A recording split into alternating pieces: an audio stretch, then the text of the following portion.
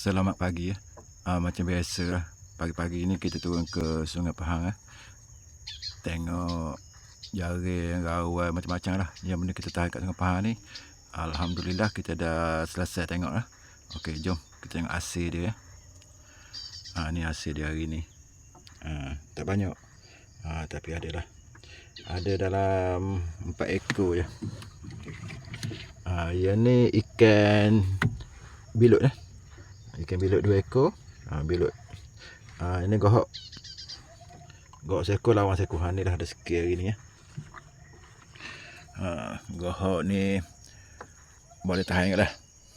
Ni dalam sekilo 3 ke sekilo 4 macam tu lah. Okey, rezeki pagi ni. Ni lawang seekor. Ni dah rezeki ya pagi ni. Okey ya.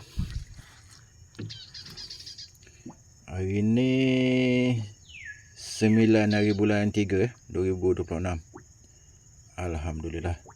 Okey, kita jumpa lagi.